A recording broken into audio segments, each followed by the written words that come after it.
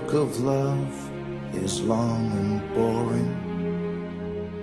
No one can lift the damn thing.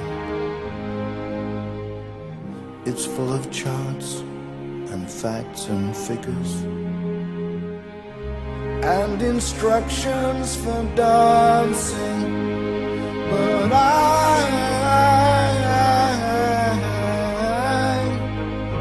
I love it when you read to me, and you